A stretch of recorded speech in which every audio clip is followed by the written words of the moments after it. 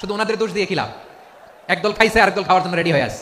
একদল খেয়ে গিয়েছে, আরেক দল খাওয়ার জন্য নাকি বসে রয়েছে। তো আমি তাদের উদ্দেশ্যে বলতে চাই, আরে ভাই কিছুই বলতে হবে না। কেন বলবেন? যে ব্যক্তিরা এই কথা বলছে সে কি আপনাদের দলের নাম ধরে বলছে নাকি? বলে নাই। তাহলে আপনাদের গায়ে কেন লাগতেছে? নাকি আপনারা এই কাজ করবেন? দর্শক, মিজানুর রহমান আজহারী হুজুরের এই কথাটি এক দলের গায়ে লেগে গেছে, কিন্তু মিজানুর রহমান আজহারী হুজুর এই কথাটি কোন দলের উদ্দেশ্য করে বলে নাই। দর্শক, এক দলের লোকেরা এই বিষয় নিয়ে অনেক ক্ষিপ্ত হয়ে আছে। এই সমস্ত লোকদেরকে নিয়ে ডক্টর ফয়জুল্লাহ অনেক গুরুত্বপূর্ণ কিছু কথা বলেছে। দর্শক, যে কথাগুলো আপনারা শুনতে পাবেন, দর্শক ভিডিওটি সম্পূর্ণ দেখবেন এবং বেশি বেশি শেয়ার করে অন্যকে দেখার সুযোগ করে দিবেন। চলুন দর্শক, সর্বপ্রথম আমরা দেখে আসি ডক্টর ফয়জুল্লাহ কি বলেছে। একদল খাইছে আর একদল খাওয়ার জন্য রেডি আছে, এরকম একটি মন্তব্য করেছেন বাংলাদেশের তরুণ প্রজন্মের আইডল, বর্তমান প্রজন্মের সবচাইতে জনপ্রিয় ইসলামিক স্কলার, বাংলাদেশের গণমানুষের হৃদয়ের স্পন্দন শায়েখ ডক্টর মিজানুর রহমান আজহারী।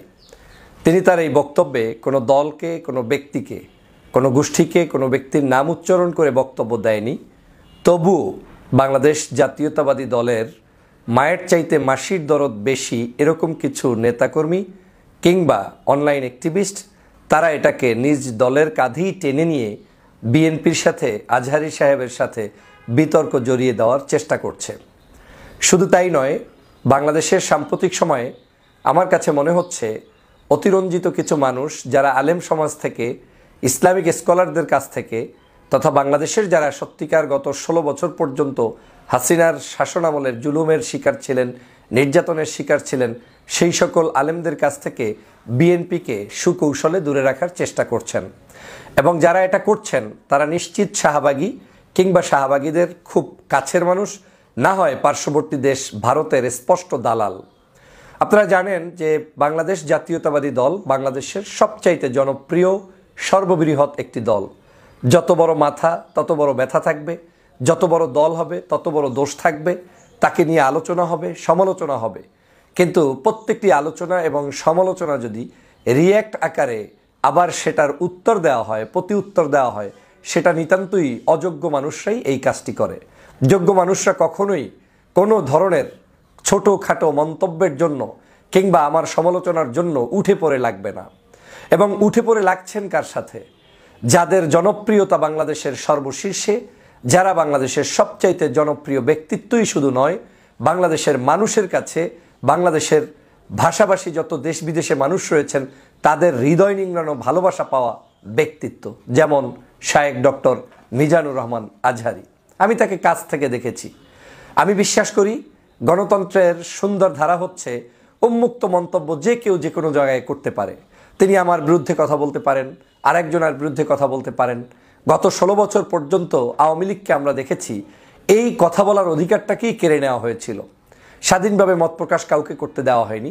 মতের একটু ভিন্ন হলেই তাকে দালাল, তাকে জামাত শিবির, তাকে হেফাজত, তাকে চরমনাই, তাকে বিভিন্ন নামে বেনামে ডেকে ট্যাগ লাগিয়ে তাদেরকে জুলুম, নির্যাতন, অত্যাচার এবং কি দেশান্তরিত পর্যন্ত আওয়ামী লীগের আমলে করেছিল।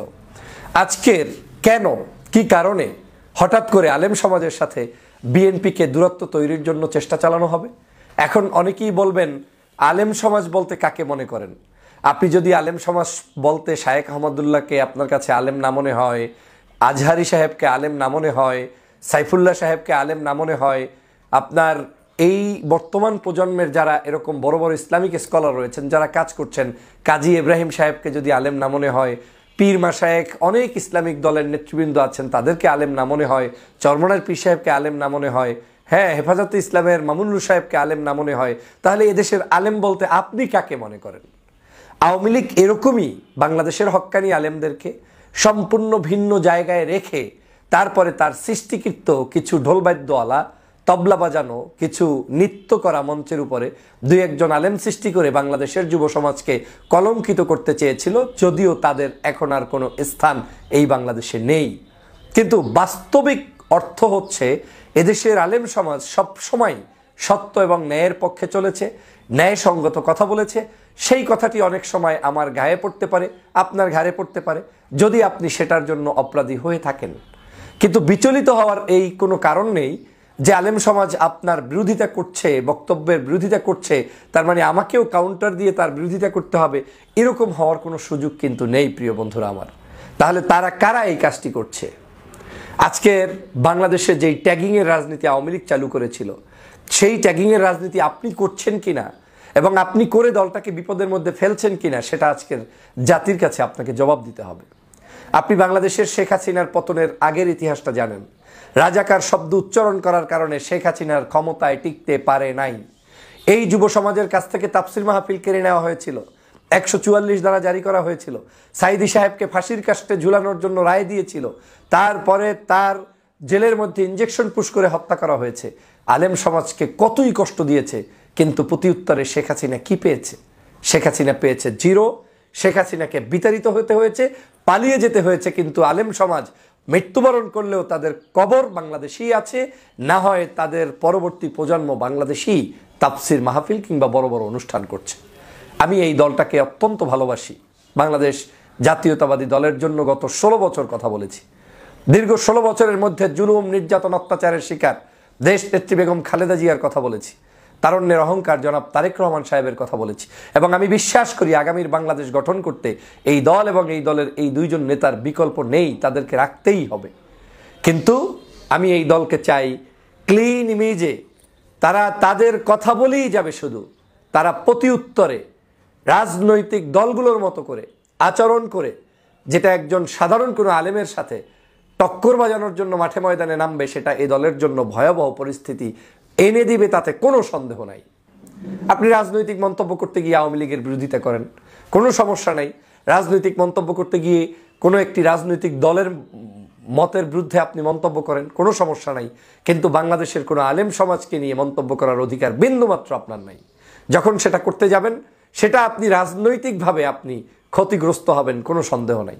যারা মনে করছেন মিজানুর রহমান আজহারি কে, অনেকেই দেখলাম 2-1 দিনের ফুটফুট করে মন্তব্য করছেন আজহারি টাইপের, মানে আপনার মন্তব্যের ভাষা এইরকম যে আজহারিকে আপনি চেনেনই না। আজহারি সাহেবের বক্তব্যকে আপনার মানে চরমভাবে মনে হয়েছে ওনরা কারা? হ্যাঁ, ওনরা তারা যারা এই বাংলাদেশের নতুন কিছু দিগন্ত উন্মোচন করতে পেরেছে, বাংলার মানুষের কাছে হৃদয় নিংড়ানো ভালোবাসা পেয়েছে। তাদের নাম এই ডক্টর শায়েখ মিজানুর রহমান আজহারি। একদিনে চাইলে 50টা মাহফিল করতে পারে, একদিনে চাইলে কোটি টাকার উপরে ইনকাম করতে পারে। শুধু মাহফিল দিলে আমার দলের বিএনপির অন্তত 300 আসনের 300 ক্যান্ডিডেট আছে যারা আজহারিকে নিয়ে মাহফিল করানোর জন্য বসে থাকে, চায় প্রতিদিন তারা এই দাওয়াতের জন্য বিভিন্ন মাধ্যমে যোগাযোগ করার চেষ্টা করে।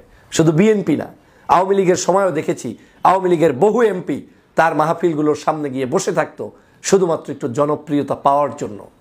তৎকালীন সময়ে ধর্মমন্ত্রী যে ছিলেন আব্দুল্লাহ সাহেব, সম্ভবত ওনার মন্তব্যের আগ পর্যন্ত আজহারির মাহফিলকে কেন্দ্র করে আওয়ামী লীগের নেতাকর্মীরা পর্যন্ত উচ্ছ্বাসিত থাকতো এবং তারা তাকে নেওয়ার জন্য, কারণ তার জনপ্রিয়তায় তারা মানে এতটাই মুগ্ধ হয়েছিলেন, মনে করেছিলেন যে তাকে যে কোনো মূল্যে কাছে নেওয়া যাবে।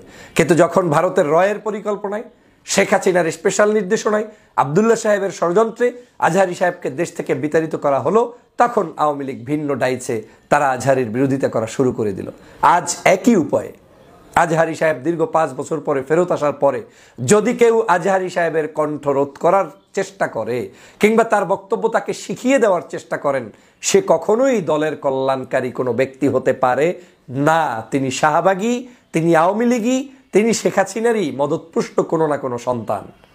শহীদ রাষ্ট্রপতি জিয়া রহমানের আদর্শ উন্মুক্ত। খালেদা জিয়া কোনোদিন কোনো আলেম সমাজের বিরুদ্ধে একটা কটু কথা বলেন নাই, জননেতা জনাব তারেক রহমান কোনোদিন বলেন নাই। আপনি কে যে হঠাৎ করে কথা বলে এই দলটাকে ডুবানোর জন্য মাঠে নেমেছেন? আমি মনে করি বাংলাদেশের এই রকম মানসিকতা যদি পরিহার করতে না পারেন, তাহলে আপনার কারণে ক্ষতিগ্রস্ত হবে এই দলটি। মনে রাখবেন, এই আজহারিকে মাহফিল বাংলাদেশে আগামীতে যত বড় শক্তিশালী সরকার আসুক, কোনোদিন এই আজহারিকে বন্ধ করতে পারবে না, তার মুখ বন্ধ করতে পারবে না। এর অন্যতম অনেকগুলো কারণ আছে। আপনি আর আওয়ামী লীগ এক জিনিস নয়, আপনি আর এক জিনিস নয়। যদি তা হতে চান, তাহলে আপনি আওয়ামী লীগের চাইতেও নিকৃষ্ট রূপে রূপান্তরিত হবেন এবং জনগণের কাছে আপনার বিন্দুমাত্র কোনো স্থান থাকবে না। আপনি ভয় পান কেন? একজন ব্যক্তি যদি আপনাকে বলে এক দল খেয়েছে আর এক দল খাওয়ার জন্য বসে আছে, ভালো কথা। সেই দলটা কারা? সে দল তো জামাতও হতে পারে, সে দল তো চরমনাইও হতে পারে, সে দল তো আপনার আট্রসি হতে পারে, সে দল তো আপনার হেফাজত হতে পারে, সে দল তো বিএনপি হতে পারে। দল তো কেউ এখনো নির্দিষ্টভাবে ক্ষমতায় চলে আসে নাই। তো চোরের মনে পুলিশ পুলিশ এই যে একটা শব্দ, সেরকম কেন আপনার ভিতরে এই শব্দটা বারবার উচ্চারিত হবে? আপনি তো বরং এটাকে গায়ে মাখিয়ে নিবেন। হ্যাঁ, আমরা চাই না আগামীর বাংলাদেশ চোর, ডাকাত, সন্ত্রাস, ধর্ষণবাজ মুক্ত একটি বাংলাদেশ হবে। আজহারী সাহেবকে ধন্যবাদ যে আর এক দল যাতে এরকম করে না আসতে পারে, সেজন্য আপনি সাধুবাদ জানাবেন। রাজনীতিতে প্রত্যেকটা জায়গায় আপনাকে রিয়্যাক্ট করতেই হবে, এই মানসিকতা পরিহার করতে হবে।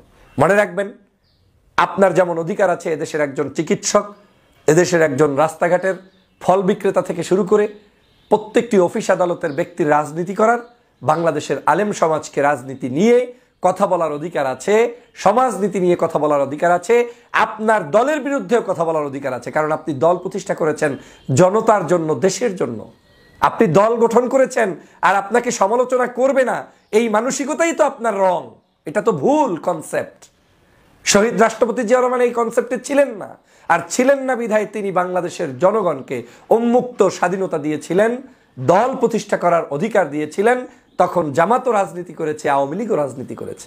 আর আপনি এটাকে এখন টেনে হিচড়ে এই দলের আদর্শটাকে টেনে টেনে টেনে টেনে আওয়ামী লীগের মতো করে সাজানোর চেষ্টা চালিয়ে কারা যাচ্ছেন? তারা মূলত বিএনপির কোনো আপন ব্যক্তি নয়, তারা বিএনপির ধ্বংসের জন্য মাঠে নেমেছে।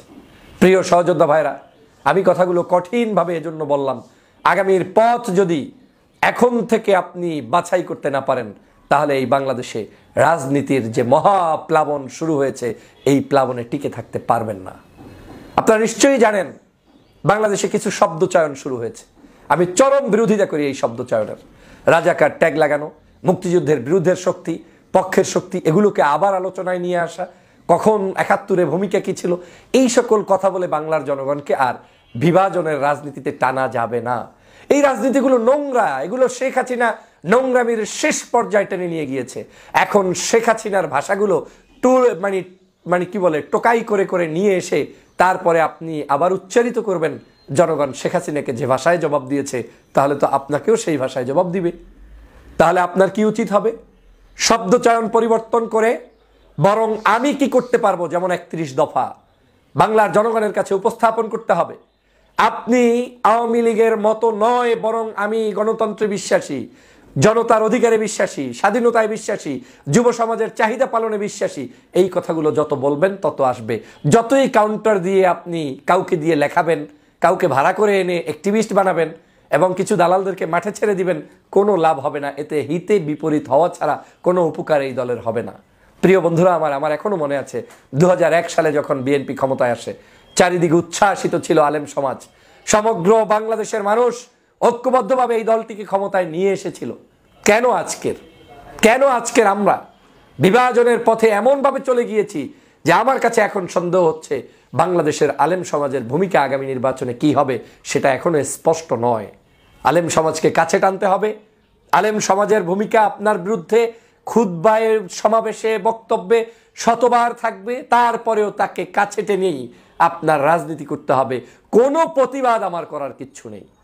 রাজনীতিবিদরা রাজনীতি করবেন, কিন্তু রাজনৈতিক সংজ্ঞা যদি পরিবর্তন করে রাজনীতি করেন, তাহলে এই বাংলাদেশে কোনোভাবেই ভালো কিছু বয়ে আনবে না। আমি এই কথাগুলো এজন্যই বলছি, আমার কোনো পাওনা নেই। 16 বছর আমি সকলের জন্য কথা বলেছি। 16 বছর আমি নির্যাতনের, নিপীড়ন থেকে, বিদেশ থেকে কথা বলেছি, দেশে আসতে পারিনি। আজ স্বাধীন দেশে এসেছি, আমি কথা বলছি মানুষের জন্য। অতএব আমি সত্য কথা বলতে কুণ্ঠাবোধ করব না এবং সত্য বলেই দলের কল্যাণে কাজ করছি। আর যারা অসৎ চিন্তা করে টেন্ডারবাজি কিংবা দালালি কিংবা কিছু কামাই করার চিন্তা করছেন, তারা হয়তো দলকে পুশ করছেন, মিথ্যাচারের ভিতরে নিমজ্জিত রাখছেন। আমি মনে করি আপনাদের এই মিথ্যাচার দিয়ে দল উপকৃত হবে না, বরং দলটি ক্ষতিগ্রস্ত হবে। আজকের এই দলের ধৈর্য ধরতে হবে, চুপ থাকতে হবে। নির্বাচন আসবে, আপনার ক্যান্ডিডেট দিয়ে আপনি জনতার ভালোবাসা নিয়ে ক্ষমতায় আসতে হবে। কিন্তু আপনি যদি আপনার বন্ধু সংগঠনগুলোকে এত মাত্রায় শত্রুতে রূপান্তরিত করতে চান, সেটা এদেশের জনগণ ভালোভাবে নিবে না। বিশেষ করে যাকে তাকে জামাত শিবির বানিয়ে দেওয়া, যাকে তাকে ট্যাগ লাগিয়ে দেওয়া, যার তার বিরুদ্ধে কুৎসা রটানো, এটা একান্তই ছোট মানসিকতা ছাড়া আর কিছুই নয়। আমি বিশ্বাস করি এই দলের সভানেত্রীর যে চিন্তা, চেতনা, আদর্শ, সেটা যদি সবাই লালন করত, তাহলে এই দলের মধ্যে এই সকল উচ্ছিষ্টভোগী দালালরা স্থান পেত না। প্রিয় সহযোদ্ধা ভাইরা, আগামীর বাংলাদেশ গঠন করতে হবে ঐক্যবদ্ধভাবে। আগামীর বাংলাদেশ গঠন করতে হবে এদেশের আলেম সমাজ, শিক্ষিত সমাজ, ইসলামিক সমাজ, সকল শ্রেণী পেশার মানুষদেরকে সাথে নিয়ে। সেজন্য দরকার বিশাল হৃদয়, বিশাল মন এবং বিশাল একটি পরিকল্পনা। আসুন সেই পথে আমরা এগিয়ে যাই, কাদা ছোড়াছুরি মুক্ত থাকি। আমি আলেমদেরকে অনুরোধ করব, কণ্ঠ বন্ধ করবেন না। কোরআন নিয়ে কথা বলবেন, হাদিস নিয়ে কথা বলবেন, রাজনীতি, সমাজনীতি, অর্থনীতি, সকল বিষয়ে কথা বলবেন। তা যদি আমার বিরুদ্ধেও যায়, আপনার কণ্ঠ যাতে কেউ বন্ধ করতে না পারে, সে হোক বিএনপি, হোক জামাত, হোক আওয়ামী লীগ কিংবা জাতীয় পার্টি, কেউ আপনাদেরকে কণ্ঠরোধ করতে পারবে না। গলা উঁচিয়ে সমগ্র বাংলার জনপদে আপনি কথা বলবেন, সেটাই আমরা প্রত্যাশা করি। সবাইকে দর্শক, ডক্টর ফজলুল হকের কতগুলো আপনাদের কাছে কেমন লেগেছে অবশ্যই কমেন্ট করে জানাবেন। আজকে ভিডিও পর্যন্ত লাইক দিবেন এবং শেয়ার করে অন্যকে দেখার সুযোগ করে দেবেন। আসসালামু আলাইকুম।